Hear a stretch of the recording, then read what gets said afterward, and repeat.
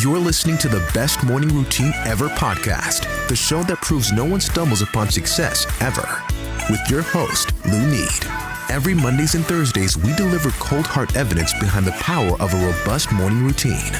Get ready to be transformed by the renewal of your mind.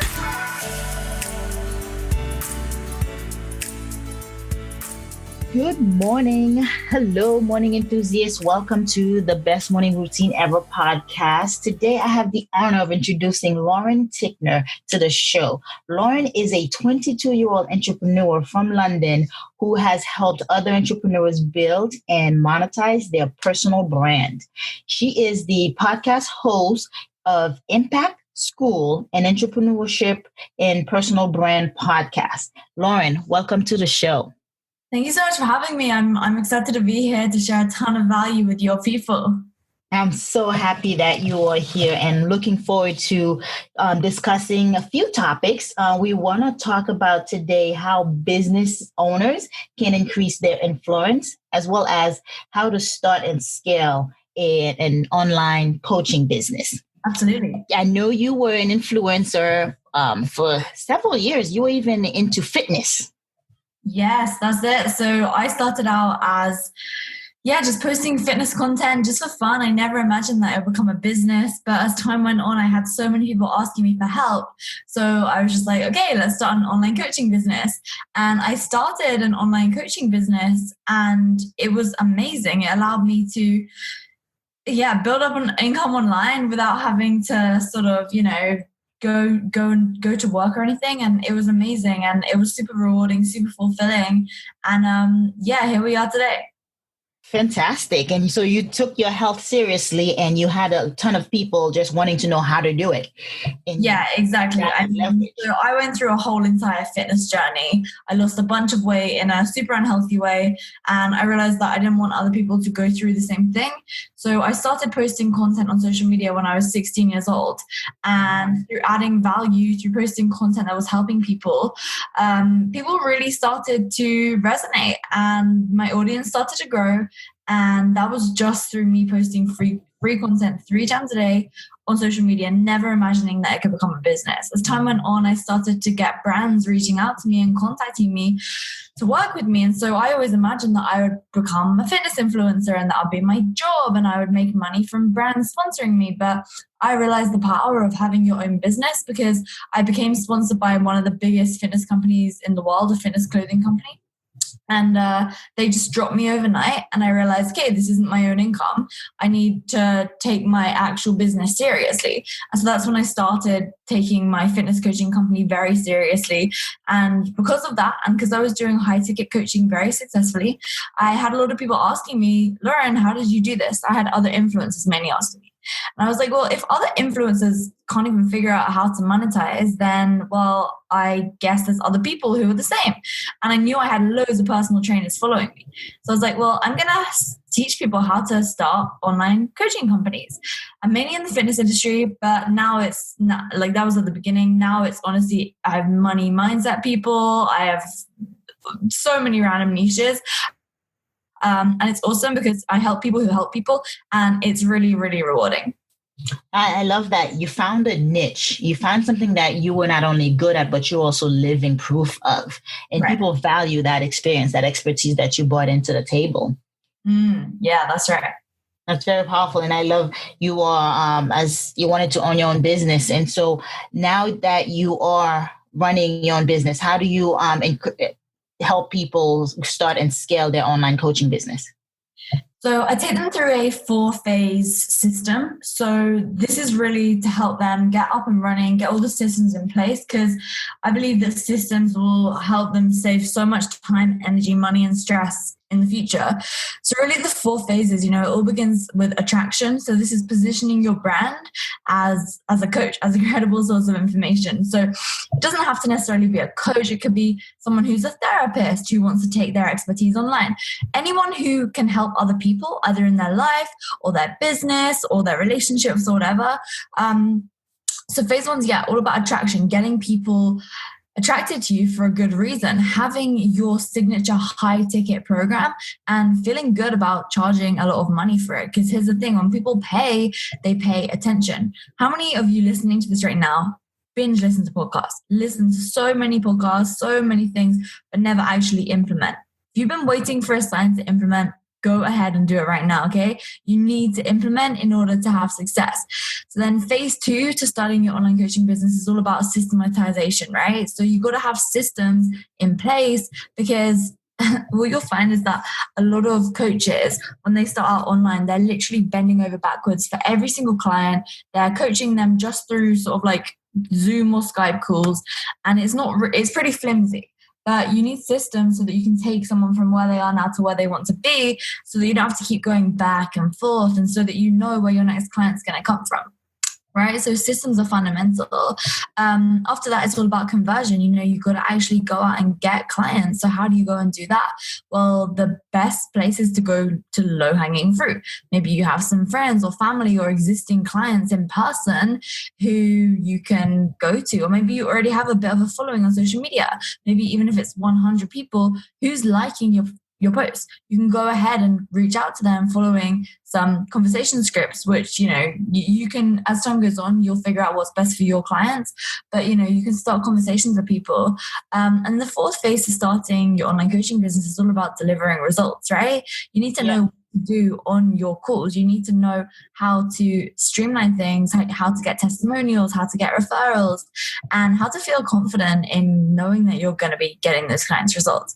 So that's really the 4 phases. And I think so often people overcomplicate starting their own business, but it really doesn't need to be that complex. Yeah, those are valuable points. I love the piece on attractions, positioning your brand, setting yourself up that you are unique, but you also stand out. Exactly. And so you said if people pay, they will pay attention. And I don't think I've heard this one before, but it actually is very true, because now they are invested. Exactly. There's an investment in place, and now it means more to them than if it was to be free. 100%. Yeah, exactly. It's so true. I mean, people are invested, they have skin in the game. And I just remember when I was a fitness coach, my friends would come to me saying, "Hey, Lauren, can you give me a fitness plan?" So I'd spend ages writing them a personalized program. I'd offer them, help and support and calls and stuff, even going to the gym with them. And guess what? So I gave it to them, and then they went to university for a couple of months. And so I was still, at this point, I was working a job in London in investment management, right? And so I didn't see them for a couple of months. And then time goes by, they get back, and I see them, I think it was at Christmas time or something, and they gained weight, right? They hadn't done their program. And so I was like, wait, what's going on here? It made me feel like I sucked, but it was just that they hadn't executed on it because it was free. They didn't have any skin in the game. And so that's why, doing things for free, when it comes to something like that, where there are other people involved, it doesn't work. It makes you feel like you suck. And a high ticket means you're going to get a higher value customer. You repel the dabblers, and it means that you get to get those people amazing results, and you get to work with a smaller group of people as well for the same amount of money. Yeah, and only the individuals that want the help, because if they want it, they will actually be more engaged in learning it and practicing it. 100%. As somebody who believes in helping others, and I find joy in giving back and serving others and helping others grow professionally and personally. Personal development is big. It really does take a toll on your confidence if you provide the insight, if you provide the information and nothing happens to it. Exactly. Yeah, no, it sucks. Yeah. I want to talk about how big is your influencer circle right now? You started at 16 and you've been growing it steadily ever since. How big is that number? Yeah, so across social media, I have around 200,000 followers. But I don't really measure it by the number, I measure it for me, it's more about depth than sort of the number of followers that I have. My followers are they're very engaged with purchasing and investing, and they're people who want to better themselves. And so it's really cool. My biggest audience is on my podcast, Impact School, which is great. I love doing that. And so, yeah, I mean, I've definitely realized as time's gone on, followers don't equal income or impact. And that's because I have a lot of clients who are actually influencers who have a way bigger following than me. So it's been really insightful to see that, because I always used to, as I mentioned, imagine myself becoming one of those big influencers.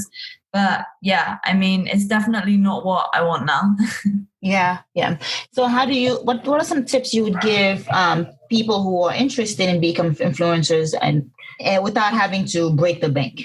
I mean, to me, I didn't spend any money on building my audience. It was just time. You can either use money or time to do something. And so I just used time.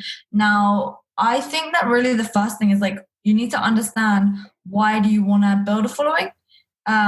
Is it for vanity metrics, vanity reasons, or is it because you actually have a message to share that you want to change people's lives with? I think it's really getting to the bottom of that first. But the first and most important step in order to actually standing out on social media and building that audience is to first know, who do you want to speak to? So who's your ideal audience? Who's your ideal follower? Who's your ideal client? You need to know that so much before anything else, because you can't do anything else until you've nailed that. Because once you know who your ideal client is, then you know what social media platforms they're using. If you don't know what social media platforms they're using, then you're going to just randomly try and use every single platform in the world. And that is going to take you so much time. It's going to be pointless, basically. So yeah, that's the first step. And then it comes down to actually posting content that's going to either take your ideal clients away from their pain or closer to their goal.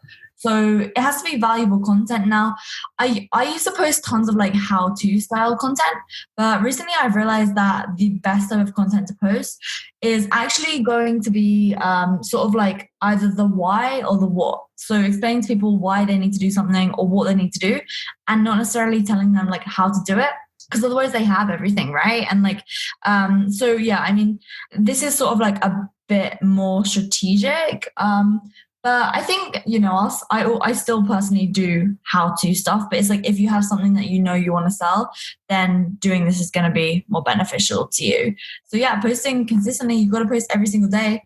So many people don't, they post once in a blue moon and they just don't bother again. It's you need to be consistent. It is absolutely critical. Yeah, and being consistent is key. I'm hearing from you, but also the content, and then you're changing it now, because a lot of people think you gotta talk at people.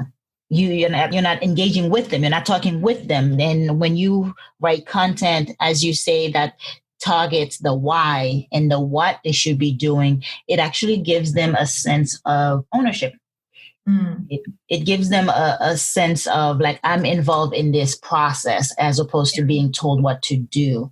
Right. And so I like that a lot, and I will consider that for myself as well. It's it's almost like engaging the mindset of why you should do certain things. Yeah, well, it's not even that though. It's all about highlighting their problem. So when you tell people, why they need to do something, and when you tell them what they need to do, they are oh gosh, I need to go ahead and do this. And then they try and do it by themselves and they can't do it. And so that's really what it's all about. It's sort of another really important thing to do is breaking down people's belief patterns and then rebuilding them back up.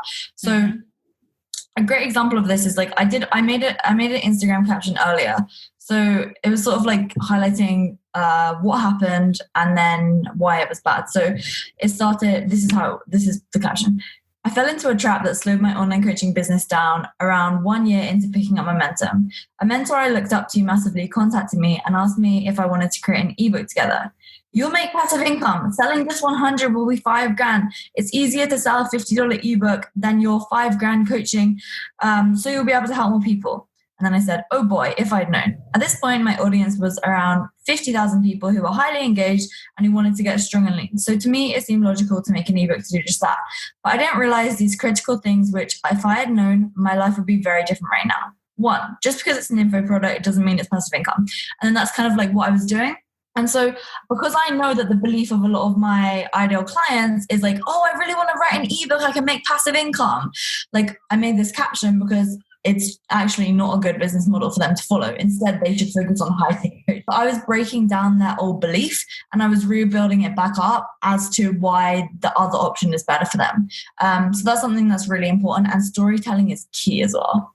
That is very clever. Is connecting in knowing how to engage the followers. That's very key. Right. Exactly. So important. I want to get into your morning routine. Tell us, what does it take for Lauren to being a young entrepreneur to get up every day, to dress up and show up and run her business and run her podcast?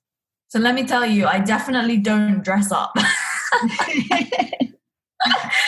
So right now I'm wearing joggers, like tracksuit bottoms, and then some like real old t-shirt that I've had since I was about 15. Oh my gosh, that's so funny. That's hilarious. Yeah, basically what I do is like in the morning, every single day, first thing I do when I wake up is like, I always need the toilet, right? So let's be real. Like I go to the toilet, do my business. And after that, I go straight back into my bedroom and I just get straight back into bed, grab my phone and put on Headspace. I do a Headspace for 10 minutes. And actually recently I've been, for like the past year, I had like a breakout on my face like a year and a half ago. And so I started using this like red UV light thing on my face. So I just put that on while I'm doing Headspace. That thing lasts 8 minutes and Headspace lasts 10 minutes. So it works for me. After that, the first thing that I do is basically I'll get straight out of bed. But just before, while I'm lying in bed, I'll say, I am fit, I am happy, I am healthy, I am wealthy, I am strong, I am successful, I am calm, I am ambitious, and today is going to be a good day. And then I jump out of bed. So I say that out loud. After that, I brush my teeth, wash my face, literally go put on my gym clothes, and I go straight downstairs, just drink a bit of water, and then I leave my house and go train at the gym. And that's it. It's simple. And then by the time I get back home, I'm ready to get on with my first and most important unit of work for the day. Now, sometimes before I go to the gym, I will do some small task, like that will take me no longer than an hour if there's something that needs to get done urgently. Usually I prefer not to do any work before I train and get back. It's better for me. So that's my morning routine. Headspace is 10 minutes. Affirmations is another 15 minutes, right? Maybe less than that. Takes me like 10 seconds. 10 seconds. So your morning routine is so effective and so prominent, but it takes you less than an hour. Oh, it's so short. But I mean, obviously I go to the gym, but like, that's because I would go to the gym anyway. Like, it's just part of my life, you know? Yeah, it's the lifestyle. Working out is just releases serotonin. If you're healthy, you're confident. It's just the multitude of benefits. To working out. I myself work out at 6 every morning because I'm up at 4:30, but work out at 6 because it is a crucial part to getting my day going. Yeah, exactly. I'm the exact same. I love to train. Yeah. Tell us a little bit about your Headspace, your 10-minute Headspace. What goes on in there? You're planning out the day. You're calming the mind. What's happening? I just follow one of their meditation things. It's mindfulness, actually. It's good. I like it. I don't know much about mindfulness, meditation or anything. I think I'll just start using something soon because it's kind of got a bit boring now. Just because I've listened to the same ones again and again and again. So I'm going to try some new stuff. I've just got one of those Muse 2 things. I don't know if you've heard of it. It's like a meditation headband thing. I'm going to give that a go. We'll see how it goes. Okay. Yeah, very good. Your morning routine is very simple, and morning enthusiasts, if you're trying to overcomplicate this process, don't. I used to feel so much stress everyone would talk about their long morning routines, how they would go get out of bed and then run in the ocean. And I'm just like, I don't live near the ocean. I can't do that. I used to feel stressed about that, but it doesn't need to be crazy. No, absolutely. And I agree. And I like how you tailored it to what works for you. Exactly. You got the red light that works for you. You got the 10-minute Headspace that works for you, but it's whatever that works for the individual to actually get your day going right. Exactly. That's it. And I love what you did. Lauren, I want to thank you so much for coming on the show. You've added tremendous value here. You've talked about how to start and scale a coaching business, looking at getting attraction and positioning your brand and your signature highlight, and knowing what you're selling and what free content to provide. Systemization is key, as you mentioned, because that helps alleviate and minimize the back and forth and things being out of operation. Knowing how to deliver great content. And of course, we got into how it is to be an influencer, what it means, to knowing your why you want a following, knowing what content you're going to give, and tailoring that content so that it is valuable. And do it constantly, day in and day out. And of course, I love your morning routine, how short and sweet it is, because it works for you. Tell us about your podcast and how else we can connect with you. Yeah, so my podcast is called Impact School. It's available on every podcast provider. So wherever you're listening to this right now, you will be able to find Impact School. So it's just IMPACT and then the word school. Anyway, pretty simple name. So definitely go subscribe to that. And then you can find me all across social media. It's just my name. I'm getting more and more active on LinkedIn now. So it's just Lauren Tickner, LAUREN. TICKNER. Be sure to follow me on that for some awesome content. And I look forward to hearing about how you found this podcast to be. Awesome. Lauren, thank you for coming to the show. Thank you so much for having me. It's been great. All right, morning enthusiasts, that's it for today's show. Thank you for tuning in.